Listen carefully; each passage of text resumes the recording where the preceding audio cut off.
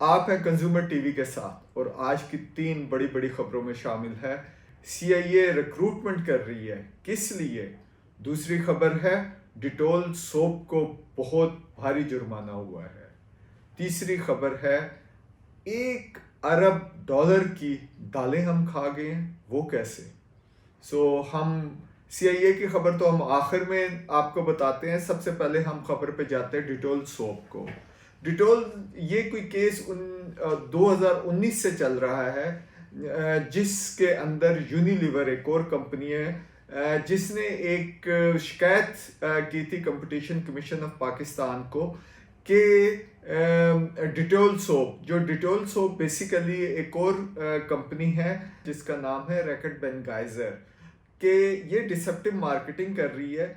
जब ये Dettol soap अपने इश्तहारों में ये क्लेम करता है कि ये 99.9% फ्लू, कोल्ड और जरासीम से प्रोटेक्शन देता है और ये प्रोटेक्शन 24 घंटे तक कायम रहती है। जो कंपटीशन कमीशन ऑफ पाकिस्तान है उसने इस कंप्लेंट को एंटरटेन किया। डिटोल सोप वालों को इन्होंने शोकास दिया, वहाँ से एक्सप्लेनेशन भी आई, कोई टेस्ट की रिपोर्ट भी आई जो इन्होंने एक्सेप्ट नहीं की और इसके ऊपर उन्होंने कोई 30 मिलियन यानी 3 करोड़ का जुर्माना किया, जो बाद में चलते चलते पिछले ही दिनों में वो एपलेट ट्रिब्यूनल है कंपटीशन कमीशन ऑफ पाकिस्तान का, जिसके अंदर डिटोल सोप वालों ने कंप्लेंट की या अप्रोच किया उनको और उसने इस जुर्माने को अदा कर दिया और ये जो जुर्माना है ये 15 मिलियन यानी 1.5 करोड़ रह गया। जो अच्छी खबर ये है हुकूमत के पास उन्होंने ये जुर्माना जमा करा दिया, which is like a big thing for the competition commission of Pakistan, कि 1.5 करोड़ रुपया उधर जमा। अदरवाइज तो लिटिगेशन में इनके काफ़ी सारे केसेस फंसे हुए हैं। अच्छा, जब हम इंफॉर्मेशन देखते हैं तो आपको ये आज तमाम अखबारात देख लें, वहाँ पे आपको ये खबर नज़र नहीं आएगी। इवन बहुत सारी टाइमलाइन के साथ डिटेल्स जो है ये मिसिंग होती है। वेबसाइट के ऊपर भी ये तमाम चीज़ें जो है कंप्लीट डिटेल्स मिसिंग होती है। हम ये जब हम खबर को परसू कर रहे थे तो हमें पता चला है कि ये तो बेसिकली ये जितनी हाइजीन प्रोडक्ट्स बनाने वाली, सोप बनाने वाली कंपनी है, इनके दरमियान तो एक वार चल रही है, बहुत सारी कंप्लेंट्स है। तो कल हम आपको इसके ऊपर भी पूरी ब्रीफ देंगे और आपने अभी थोड़ी देर पहले इश्तहार भी देखा होगा डिटोल का कि वो किस तरह से इश्तहार चल रहा है। लॉ के अंदर जो है इन्होंने जुर्माना किया। अभी हम ये भी चेक करेंगे कि क्या इश्तहार उतारने की भी बात हुई है, क्या फेसबुक और ये सोशल मीडिया के ऊपर ये इश्तहार मौजूद है, क्या उनको भी विड्रॉ करने की कहीं बात हुई है। ये भी चीज़ हम परसू करेंगे और इंशाल्लाह हम कल आपको ये ज़रूर बताएंगे। दूसरी खबर दालों के हवाले से है। लोग अक्सर आपने ये कहते सुना है कि हम तो गरीब आदमी हैं, सिर्फ दाल रोटी खाते हैं, लेकिन दालें जो इंपोर्ट होती हैं वो अमेरिका, कनाडा, ऑस्ट्रेलिया और रशिया और अफ्रीका के डिफरेंट कंट्रीज से होती हैं। ये इंपोर्टेड चीज़ें हम लोग खा रहे होते हैं और इसकी कोई सालाना जो इंपोर्ट का बिल हम पे करते हैं वो $1 बिलियन है, 1 अरब डॉलर है। इसी वजह से जब रुपी जो है वो डिवैल्यू होता है अगेंस्ट डॉलर तो दालों की कीमत भी बढ़ती है।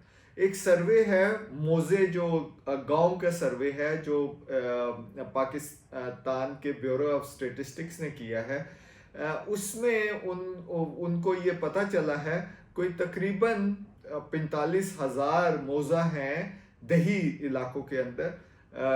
उनको आप गांव कह लें या कलेक्शन ऑफ गांव कह लें, उसमें सिर्फ 3600 मोजा ऐसे हैं जहाँ पे दालों की काश्त होती है, बाकी मुल्क में नहीं होती। इंसेंटिव है शुगर काश्त करें उसमें इंसेंटिव है, वीट काश्त करें उसके अंदर आपको इंसेंटिव मिल रहा है। दालों की तरफ हमारा या काश्त करने की तरफ हमारा रुझान नहीं है। अच्छा, जब हम दालों का भी ब्रेकअप देखते हैं तो उसमें सबसे ज़्यादा जो है ये चने जो हैं वो इंपोर्ट होते हैं। ये भी एक चीज़ है, हम क्यों नहीं अपने मुल्क में क्यों नहीं ये पैदा कर सकते। तो ये भी एक फिनोमेना नज़र आ रहा है। ये जो इंपोर्ट एक्सपोर्ट है, पाकिस्तान से भी काफ़ी सारा रॉ फूड जो है वो बैरून मुल्क जाता है। तो ये लोकल मार्केट के अंदर प्राइसेस जो हैं वो चढ़ जाती हैं। और जब बाहर से इंपोर्ट आती हैं तो होना तो ये चाहिए कि लोकल प्राइसेस जो हैं वो गिरें, क्योंकि सप्लाई वो बढ़ जाती है, लेकिन क्योंकि उसकी कॉस्ट इतनी पड़ती है, डॉलर इतना महंगा हो गया, 280 रुपए के आसपास है, वहीं पे फ्लक्चुएट कर रहा है। ये अच्छी बात है कि काफ़ी अरसे से वहीं पे फ्लक्चुएट कर रहा है, लेकिन उस वो जब आता है तो उसकी जो डिवैल्यू होने की जो कास्ट है वो भी हमें पे करना होती है। इसी वजह से ये दालें जो हैं ये काफ़ी महंगी हो रही हैं। सब्जियों के बारे में या दूसरे फूड के बारे में हम ये कह सकते हैं कि उसमें एक्सपोर्ट का भी एक एलिमेंट है। सो गवर्नमेंट के पास डाटा की बहुत कमी लग रही है। डाटाबेस प्लानिंग करेंगे तो बैलेंस रहेगा, प्राइसेस के अंदर भी बैलेंस रहेगा, फार्मर्स भी खुशहाल रहेंगे और कंज्यूमर भी इसके ऊपर ज़्यादा शोर नहीं मचाएंगे।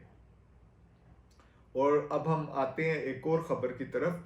CIA ने इश्तहार दिए अपने सोशल मीडिया के ऊपर, और इश्तहारात वो मैंड्रीन के अंदर हैं, फ़ारसी के अंदर हैं और कोरियन ज़बान में हैं।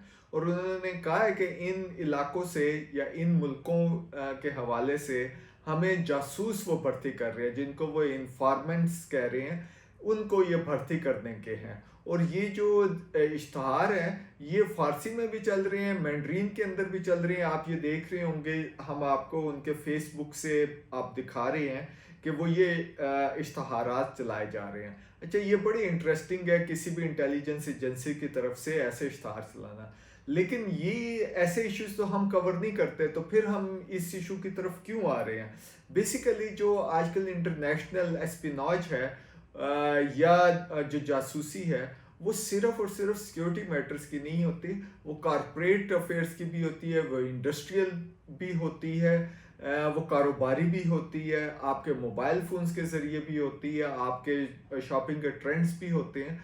सो ये देखना है कि जब ये मैंड्रीन ज़बान के अंदर है, चाइनीज़ है, तो चाइनीज़ को ऊपर ये यूरोपियन कंट्रीज या अमेरिका भी ये अलेज करते हैं कि ये बेसिकली वहाँ से जो है इंडस्ट्रियल जो जासूसी वहाँ पे की जाती है और वो वहाँ से इंफॉर्मेशन गैदर करते हैं। सो ये एक सबसे बड़ा वहाँ पे भी इंटेलिजेंस एजेंसीज का ये कंसर्न है।